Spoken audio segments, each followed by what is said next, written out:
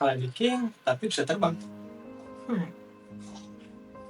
Ya, kalian nggak salah dengar.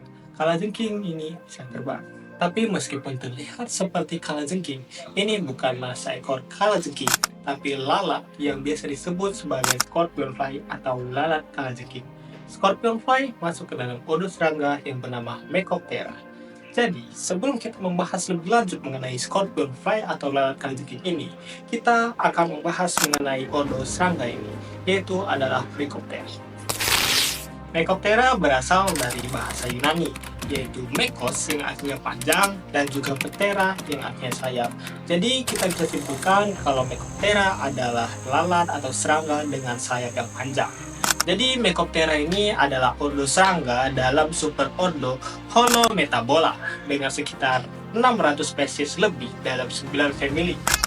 Mecoptera ini kadang-kadang disebut sebagai lalat kalajengking setelah keluarga terbesar mereka yaitu Panorpidae atau yang akan kita bahas selanjutnya yaitu adalah Panorpa communis yang dimana pejantannya memiliki alat kelamin yang membesar dan juga terangkat di atas tubuhnya sehingga terlihat seperti sengatan kalajengking.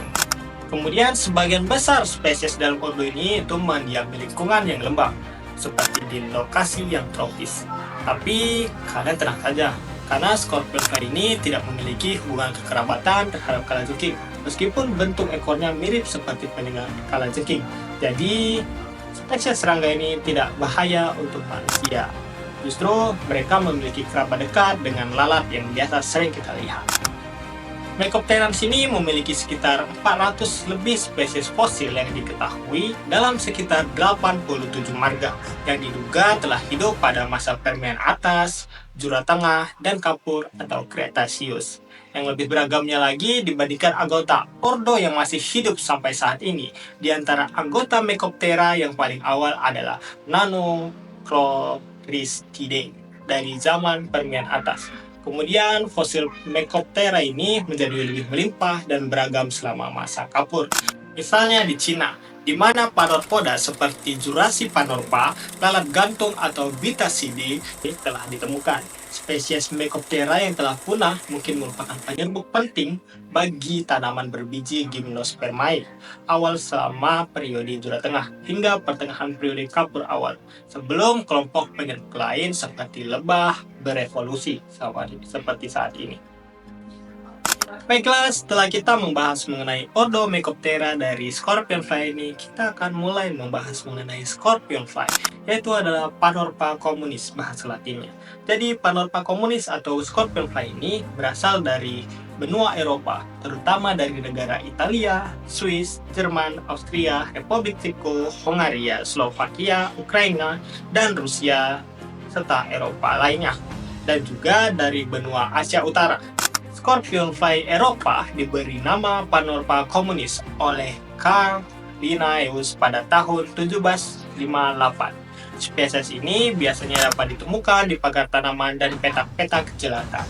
Panorpa communis dapat mencapai panjang tubuh sekitar 30 mm atau 1,2 inci dengan tubuh berwarna hitam dan juga kuning, serta kepala dan ekornya itu berwarna kemerahan. Untuk spesies jantan memiliki sepasang penjepit di ujung ekornya untuk memegang betina saat musim kawin. Jadi, kita jangan khawatir tentang serangga ini, karena serangga ini tidak berbahaya bagi manusia. Untuk serangga dewasa memiliki lebar sayap sekitar 35 mm atau biasa 1,4 inci dengan sayap yang sebagian besar jernih tetapi memiliki banyak bintik-bintik atau bercak-bercak gelap. Untuk kepala mereka sendiri dipasang dengan mata yang besar dengan paruh yang menonjol. Untuk betina sendiri lebih panjang, lebih berat, dan memiliki kaki yang lebih panjang dibandingkan sejenis yang jantan. Untuk larva dari spesies ini itu bentuknya menyerupai ulat dan tumbuhnya hingga 20 mm atau 0,79 inci.